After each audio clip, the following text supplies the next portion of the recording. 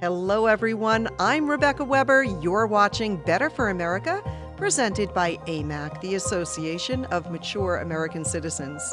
I'm thrilled for today's show. Joining me now is Brandon Tatum, also known as the Officer Tatum. He's a former athlete, police officer, and now is a prominent voice in the conservative movement. He's the author of his book, Beaten Black and Blue. Check that book out. We'll talk more about that. We have a great episode coming up. We'll be right back. Sit tight. The Association of Mature American Citizens is the conservative voice for Americans 50 and older. AMAC is fighting for the values that you hold dear. Join today. Together, we can write the course of America. Brandon Tatum, welcome to the show. I'm thrilled to have you with me. It is my pleasure to be here. Brandon, you had a significant career shift from law enforcement to media and political commentary. I'd love to learn a little bit more. What was the pivotal moment that led you to leap from law enforcement to the world of conservative media? Great question. I think a lot of people that follow me, they often ask me that question, and it's an interesting one. It was the pivotal moment for me, and it was never intentional, was that when I went to a Donald Trump rally, I just became more politically aware. I wanted to keep my options open and be a mindful adult and make sure that I'm informed when I vote. And Donald Trump came up on the ballot. I liked Ben Carson, and Ben Carson dropped out and endorsed Trump. And this is me moving towards the Republican side of the spectrum, because I used to be a Democrat and voted Democrat only. And then I started to open my mind up to both sides. And I went to a Trump rally and I was blown away. And so I made a video. Never made videos before. I wasn't a content creator at all. I was just a police officer. And instead of me typing out my opinion, I said, I'm just going to make a quick video and go to sleep. And I did that. I made the video, gave my honest opinion about Donald Trump in the rally, and it went mega viral. And I started to become more aware of God's calling on my life to be a voice. And so I continued to speak online, and about 2 years or about a year of me doing that as a police officer, I waited till I got off duty, took my uniform off, and started talking. And the second year was 2017. I made a video about Colin Kaepernick. I disagreed with him kneeling for the national anthem. I thought it was reprehensible. And that went even more viral than the Trump video. It had over 70 million views. And that's when I was offered a position at a company called Liftable Media to be their spokesperson for one of their subsections or subdivisions called Conservative Tribune. And I gave it a try. It was only supposed to be a year to give it a try. And if I didn't like it, I go back to policing. Then I met a young lady named Candace Owens. We started a nonprofit together, and I never went back. What a great story. And, I did watch that video that you first published back in 2016, and you shared this outrageous behavior that you were witnessing by protesters. You described it as the most hateful and evil type of protesting that you had seen, and you expressed feeling unsafe due to these protesters. You were shocked that the media ignored it. Since then, how bad have things gotten? Have they gotten much worse? And is this kind of aggressive, hateful, and evil type of protesting normal today, or accepted as normal? I think the protests have gotten much worse. I mean, they're bludgeoning people in the middle of the street, throwing urine on people at some of these protests. They're out of control. Those people are maniacs. I couldn't believe it. In the Tucson, going back to the Tucson rally with Donald Trump, Hillary Clinton and Bernie Sanders came the day before Trump, and nobody protested, nobody cared. But for them to come to a Trump rally and be so vitriolic and hateful and evil and threatening to people, I mean, they were threatening people's lives. It was amazing to see something like that. And what it speaks to is this Marxist theology of these fascist young people who are paid in many cases to come and stir up controversy and fear-monger people into voting a certain way. And I've seen it just grow exponentially. I mean, it has gone from not only violent behavior and protests in the street and at rallies, but now it's in the workforce. If you give an opinion that's counter to culture, you can get fired, lose your job, and, be treated a certain way, lose connection with your family. I know people that have been friends with certain individuals for 30 years. And because they sit on the wrong side of the political spectrum, according to their friends, they don't want nothing to do with them anymore. Godchildren are separated from their godparents simply because they don't like the way, not the children, but the other parent doesn't like the way the original godparents believe politically. And it's gotten out of control. I pray that it comes in full circle and we start to see a level of unity in this country, but I don't really think that that's going to happen anytime soon.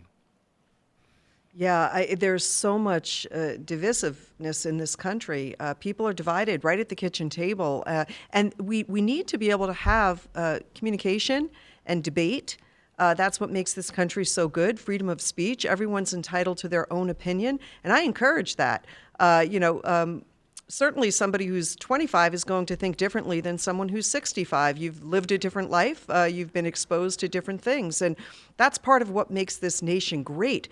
But to label people as, terrorists because they don't believe your way is outrageous. And we see this happening more and more. And a president, it seems, in my personal view, who is encouraging that kind of behavior as he stands up at a podium and calls MAGA Republicans the greatest threat to America and to American society, which in my view makes absolutely no sense. I want to talk a little bit about your prior life as an athlete. You were a football player there for over 5 years in Arizona. And when you look at your life as an athlete and now activism, what did you learn as an athlete maybe that you sort of crosses over into what you're doing today, sort of that teamwork? And what can people learn from you that you yourself learned? Well, I think it's a multiplicity of things that I learned as an athlete. I mean, one, when I left high school, which was an all-black school, and I went to the University of Arizona, which is a lot more, I would say it's a different demographic of people, let me say that. I wouldn't say a lot more diverse because it was a lot more white people that went to the school than any other race, but it opened my mind to seeing the world very differently. So that was an aspect of my life that I didn't previously experience, just to be exposed to different cultures and different people in a way in which I never experienced before. So that was one aspect of it, the teamwork aspect of it, handling adversity. My faith in God came when I was playing football at the University of Arizona. And so all of those things prepped and prepared me for the future of activism. And all of those things have led me to this point and created I would argue, a strength in me and a determination that I didn't previously have. And thank God that I did play sports and learn those lessons. But it has been a tremendous impact. And it's not just the football, not just playing on the football field. It's all of the other intangible things that I learned, experience in college and working out, hanging out with my teammates, and being able to see a difference of opinion. And I felt like at the time going to the university and having a difference of opinion was welcome. Now people are nutty when it comes to these things. They hate you. They hate each other. It's crazy. But I had the experience of disagreeing respectfully, and that kind of set the tempo for what my expectation is today, and that I want to have those conversations and experiences be prevalent. And that's kind of what a lot of my focus is, not the majority. Yeah. It's just incredible what you've done when you made headlines with your stance on the NFL. They're taking the knee controversy. I'm curious because the vast majority of athletes did not speak out, right? Many people didn't speak out. You did. You were the exception. How were you treated? And are you glad that you did that? And how did that impact where you are today?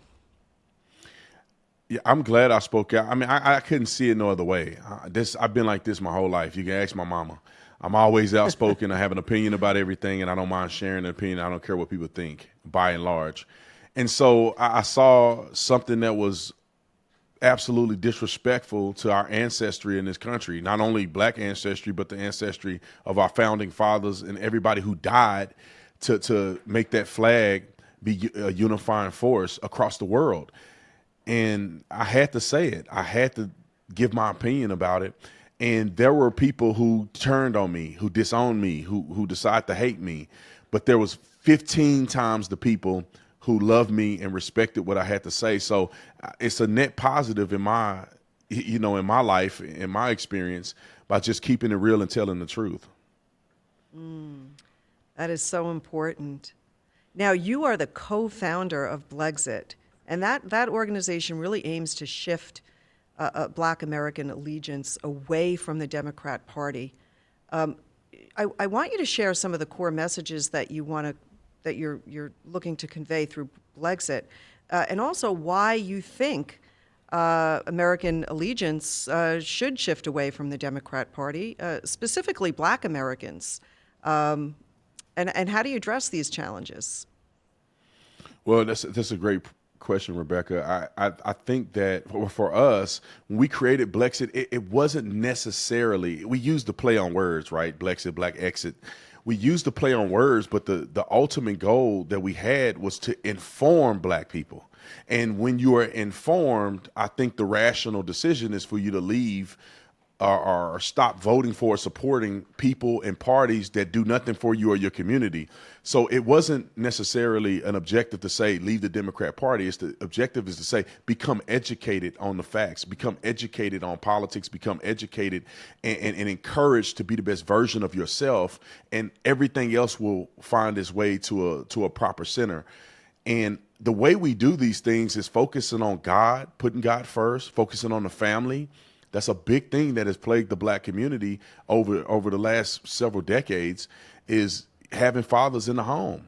We need to understand how important that is, how important education is, how important obviously being informed is, and how important it is giving back to the community. And so we focus on having volunteers all around the country. I think we're in 48 states. We might be in 50 states at this point. But we go into some of these inner city communities. We allow our volunteers to go and give back by doing back to school drives, cookouts, and different things, building that community activism, but then also the educational piece of it. That's one of the biggest failures that I think we've seen in society, failures that we've seen in public schools, failures that we've seen in the Black community is the missing of opportunities to grow in those areas of God, family, and education. And that, it begs the question, I often wonder, why are so many Americans backing and funding Black Lives Matter? Because it doesn't seem that they're doing the good work that you just described. I don't see Black Lives Matter really getting at and really trying to help these local communities. What message can you share with our members about the truth of Black Lives Matter? Well, Black Lives Matter weaponizes empathy. That's exactly what they do. They take your heartstrings, they create a narrative that most rational people would be against, meaning the narrative of racism, the narrative of Black people being targeted by police for no reason. They create that narrative, which most people that are uninformed about their true motives, they take that as an activist strategy. People are enthusiastic about eradicating those things, and they begin to donate and support something they don't know much about. All you have to do is look at the resume of Black Lives Matter. It's not even a political argument or some type of biased statement. It's facts. There is no evidence that Black Lives Matter has had a positive impact on the Black community at all in the United States of America. And I would argue they've caused a lot of division around the entire world. Look at the owners. Patrisse Cullors had to step down from her leadership position as a co-founder. She got caught buying houses all over the country using the organization's money to do it. And she didn't buy houses in a Black neighborhood. She didn't do anything with the money that will help with education and bringing families back together, none of those things. Even in their founding documents, they wanted to eradicate the nuclear family. Black Lives Matter is one of the most, I guess, counterproductive organizations that have ever existed in America. And people don't understand how much of a fallout Black Lives Matter has had in this country. During 2020, with the enthusiastic pushing, supporting of violence and burning buildings and this false sense of activism really caused a huge division in this country. Companies, and I'll say this, outside of all that I just said, the failed opportunity that they had is probably worse than anything I'm saying. They had the attention of the world. They had the attention of America. They had the attention of all major companies. People have black squares in their bios, and they have Black Lives Matter on courts and football fields and helmets, and they had the attention of the world, and they did nothing with it but cause division and hatred. And you look at Black Lives Matter today, where are they at? Do you hear about them anymore? Are they protesting? Do they have legit activism? How is the black community doing in America today? Is education up? Is violence down in the community? Are people having more jobs and opportunities? Are they fighting for the rights and things that black people need them to be fighting for today? Which is fatherlessness and all those things, and also with the illegal immigration that's coming to our country. Do you see Black Lives Matter standing on the podium saying we need to end this illegal immigration because it's destroying the inner city communities, robbing inner city people of opportunities and funding? No, they're nowhere to be found. They grabbed their money, they made their money, they made their fame, they hoodwinked America and apparently the rest of the world, and they're off, living their lavish lives, doing nothing for black people. And do you think that most Americans are seeing that, especially in the black communities? Or do they recognize that they've been duped? Because, the concept that Black Lives Matter is wonderful. Of course, Black Lives Matter. And, racism has no place here in America. So, I think people want to get behind a good message and show unity, but not if we have a group of people whose real motive is not to help the very people that they say they serve, but to get rich, and to serve dark money, perhaps, that's coming to them, they're not really listening to the very people who are supporting them, it seems. One problem is they're just jumping from bandwagon to bandwagon, from cause to cause, unfortunately, without any qualifying information. Because now that Black Lives Matter is a complete failed organization, people recognize it. But what are they doing? They're jumping on the DEI, diversity, inclusion, and delusion is what I call it. They're jumping on to, what do they call it that they do? They're doing these things in the school, the CRT in schools. They're jumping to the next best thing to create this sense of perpetual victimhood. And it's never going to stop because they're going to come out with something new. They claim that Republicans and conservatives are eliminating books, almost like book burning, trying to avoid true American history, which is not true. So they keep jumping from bandwagon to bandwagon to bandwagon to cause with no avail. None of these causes are effective for unity in America. None of these causes really help anything in the black community. And it's sad that people keep falling for it. And like I said before, it's the weaponization of empathy.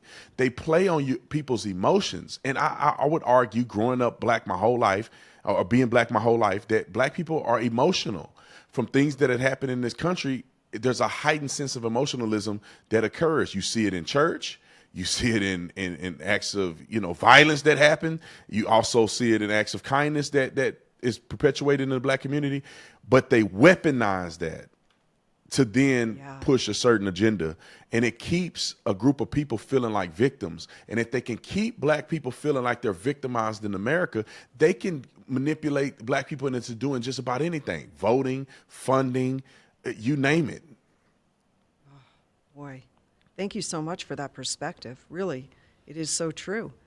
Now, you've written an incredible book, Beaten, Black and Blue. Tell our listeners what they should know about this great book and where they can purchase it and what it's really all about. Yeah, they can purchase the book from our website at Tatum Store. We have it available, signed copy and non-signed copy. If people just so happen to want it signed, we can make that happen. But the book was essentially telling a small bit of my story growing up, so people kind of know who I am. And some people that know me now, they should know where I came from, because I'm very different than I was when I was in high school, my first several years in college. I had gold teeth in my mouth. I got Young Savage tattooed across my stomach. I mean, I was really living the hip hop culture going in the wrong direction, but God saved me in 2008. And so with that story, I tell the story of how I got to that point, how I transitioned from playing football to becoming a police officer, what that looked like, how that impacted my life, and then kind of where I've gotten to today. I wrote all that in the book. But I also explain very vividly about being a police officer in America and how policing is under siege, and being a police officer that happens to be black as well. And the concept of beating black and blue is that I get beat up for being a black police officer and getting beat up from being a police officer in general, meaning wearing the badge and uniform, we get so much hate, there's so much vitriol. The cities want us to just burn, and demoralized us in so many ways. And then being black is almost like an additive because some people in the black community feel like you're a sellout because you shouldn't be working for the white man and all that. So I go through the scenarios. I interview other police officers that have a similar perspective. Not all of them are black. Some of them are white police officers. One of the guys that I interviewed he's one of the reasons I became a police officer. I did a ride with Officer Sean Payne, which was a tremendous story. I literally cried in my book signing, and I never cry in front of people. But I was so moved by how much that man meant to me. And he really gave me the vision of what a true hero was.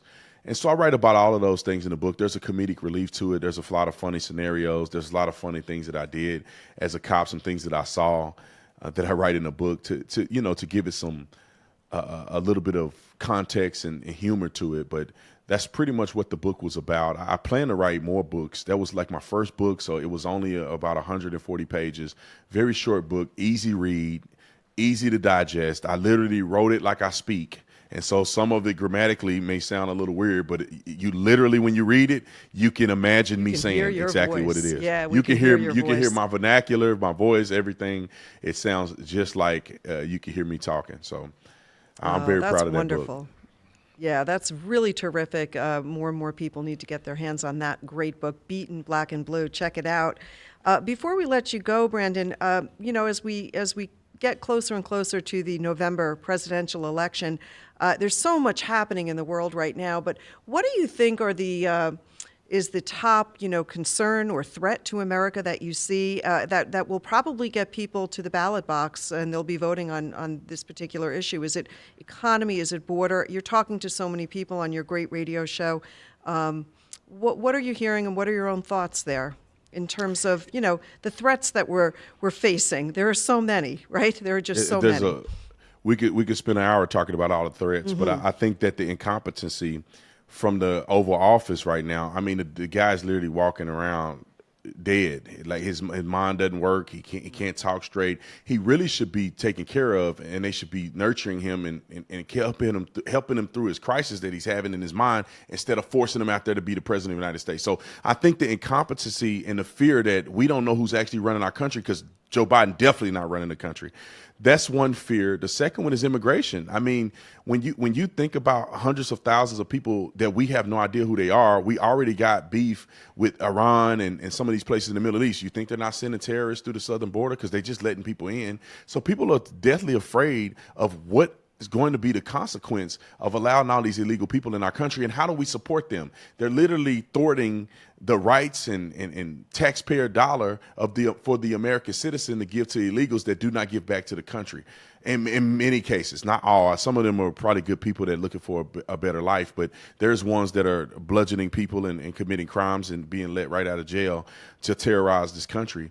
And then I think the economy is a big deal. I mean, we see it. I'm a business owner. We see that people don't have the spending power that they normally would have, that they had under Trump. And that's a big concern, because you can do a lot of fluff and talk about politics all you want, and people aren't paying attention to it as much as I am. I do this every day, but they're paying attention to their pocketbook. They know how much those eggs cost at the grocery store. They're looking at the gas pump. They're looking at rent. They're looking at the fact that interest rates are so high they can't even buy a house that they planned on buying last year. All of those things are tangible things that people can actually feel, that's outside of the emotionalism of politics. So I think that people are going to be voting on those premises. I mean, Donald Trump has some adversity in his corner. Biden has adversity in his corner. But the people are looking at their life and their enjoyment in life, and a lot of people are disgruntled. Joe Biden has the lowest approval rating, I think, out of any modern president in history. There has been no president that has had an approval rating that Joe Biden has had and has gotten reelected. So it kind of gives a perspective of how people feel. And I'm hoping that the American people show up, that the election is fair, and we actually elect the person that we really want to serve as leader of and commander-in-chief of the United States of America. And I do think it's a fair concern that a lot of Americans have either way. They're saying, geez, if Biden were to get reelected, what does that mean for those people who are so passionate and so concerned about the future? And likewise, if Trump is elected, you described what you're seeing, these very evil protesters that are And it's on both sides. I don't mean to just paint a picture. There are just bad people and good people in the world. Do you think that America is going to see some sort of crisis either way in November? And should we be bracing ourselves for that? Rebecca, you hit the nail on the head. I think there's going to be a crisis no matter what. I mean, they had a meltdown with Donald Trump the first time he got elected, duly elected. He won by leaps and bounds, and they didn't have a lot of ammo against him. I mean, they just decided to turn on a race card on him and say he's a racist, and that's all they had. And now they got a lot of ammunition that they built up and concocted in their minds, and now you got a lot of people that are suffering from Trump derangement syndrome, which is a real syndrome. I believe it is. I think people need to get help for it, because no matter what he do, I mean, I would imagine people are gonna. He get elected, people are going to quit their jobs. They're going to need to be on leave, and they're going to quit going to college and lay out in the middle of the street and cry themselves to sleep all night because Donald Trump got elected. So I think we'll see a crisis in that direction. And I think we'll see a crisis if Joe Biden get elected. And this is what I think is going to be a huge problem, is that Donald Trump's momentum and his popularity is out of control, which means in a positive way for him, he's getting stronger and stronger the more they indict him. And Biden is getting weaker and weaker. If Biden were to win, I can't imagine a single American citizen think it was fair. And you're talking about what they did in 2020. In 2024, if people feel like they do it again, then the hope that we have an actual democracy is over, that our constitutional republic is over. People are going to take drastic measures to defend the Constitution, to defend this country. I think that's what they're going to feel like. And so we're going to see, it's going to be a fight either way it go. I'm prepared and ready to be on the fighting side of Donald Trump winning. I'm ready for that. If Biden wins, I'm going to be very disappointed, because I feel like he has no direction for the country, i.e., look at his previous years of being the president. But we're just going to see where it goes. I think God is always in control no matter what. God was in control when Joe Biden got elected, and God was in control when Trump got elected. And I'm hoping, and what I see it as, is that God was trying to teach us a lesson. I don't think we took it seriously enough. I don't think we appreciated enough when Trump was in office the things that he had done for this country. And to me, it's almost like God had to show us, like, well, this is the alternative of that. So hopefully you appreciate it and try to get somebody in office that cares about America. And I think it's Trump this time, but regardless, if the two guys that are in there now, if neither one of them were running, we still have to make the decision that's right for America. And I think hopefully this administration taught us a lesson that we've learned. Yeah, and I just love hearing you talk about your faith. You mentioned, I know you wrote about this in your book, and you mentioned that your faith has been instrumental in bringing you where you are today. What parting thoughts can you leave our listeners with as it relates to your faith and the way that you continue to persevere, your tenacity and optimism to do good in the world? Well, I think the number one pillar for my company is putting God first, and that's the number one pillar in my life. And so I think everybody that's listening, that's the focal point. Start by putting God first, and everything else will fall in line and in place. And understand that God is in control, so things that occur that may seem like it's affecting you in a negative way is prepping you for something better in the future. So although there's these tumultuous things that occur, there's things that get us down, there's things that are discouraging that go on in this country, but at the end of the day, God is still on the throne, and God is going to deliver us to the place that we want to be. We just got to keep faith in it. We got to keep pushing. One of the Bible verses that I love is that faith without works is dead. So not only do I think that we should, have faith in our hearts and believe and have a perspective, we should actually do something about it. Every single person that's listening to this have a mission to do. No matter what your age is, no matter what your disposition is, race, whatever you name, you have a mission. God created you for a specific reason. And if you're still breathing, you still have a mission to accomplish. So I want everybody to be encouraged by that, and also never forget to put God first. Brandon, thank you so much for that uplifting message. It was just so great to have you here with us. To everyone listening, check him out. You've got over 2 million subscribers on your YouTube channel. That's The Officer Tatum. You're putting out great content. And you can hear Brandon Tatum on Salem Radio, The Officer Tatum Show. I want to thank you again, and I do hope to have you back with us again soon, sir. Well, God bless you, Rebecca. Thank you so much for having me, and thank you for all that you guys do at AMAC. God bless you. Hello, AMAC members. Get ready for your next adventure with exclusive access to TripWise, the travel protection plan brought to you by our partner, Trip Insurance Consultants. Protect your travel investment with features like cancel for any reason, medical evacuation, and more, all at an exclusive, affordable rate. Trip Insurance Consultants offers personal customer service to guide you through selecting the right coverage. Join countless AMAC members who trust TripWise for peace of mind. Visit tripinsuranceconsultants.com/AMAC to unlock exclusive access. Travel confidently with Trip Insurance Consultants, your AMAC partner in travel protection.